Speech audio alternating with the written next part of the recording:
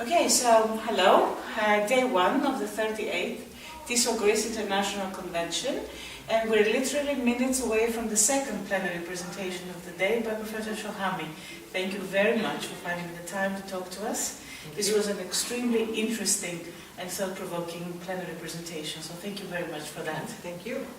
On that note, I was just wondering whether the idea of linguistic landscape can be equally successful both to young learners, but also more advanced students of the English language. In English, yeah.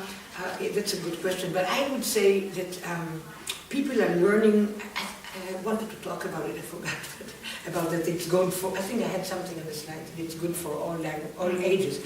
One of the things that kids learn to read now is from public space. So in other words, you go with them, and there's lots of English in the public space, and let's assume they just learning whenever they start learning English, like first grade, second grade, fourth grade. Most classes in Israel start in first grade, but it varies. And then you walk in the street, and there's so much English in the street, you don't need a textbook. Let's just read. But the beauty of reading is that, as I mentioned in my talk, it's not just about the words. This is called Anastasia's road. You know, who was Anastasia? What did she do? Why did they name a road in her name? You know, so it's kind of much more.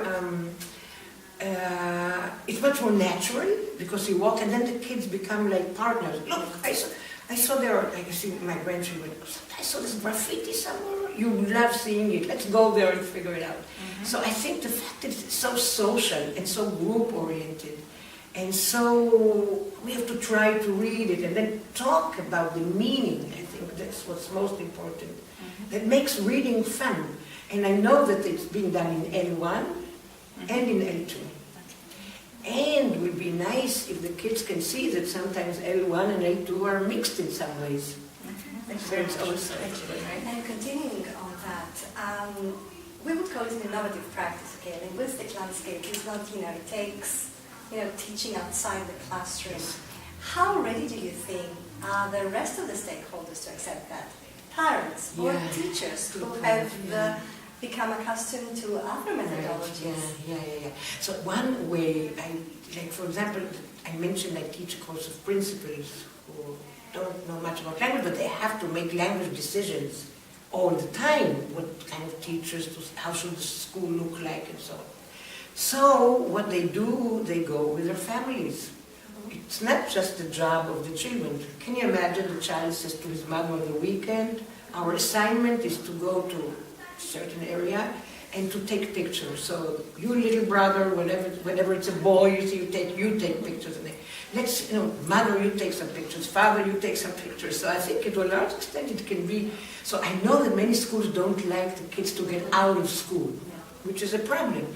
By the way, there's lots you can see sometimes in the other class. You can do it.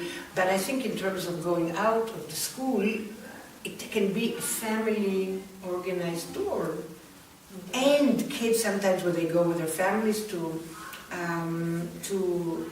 vacation, and then go to a new country, and they can also start taking pictures.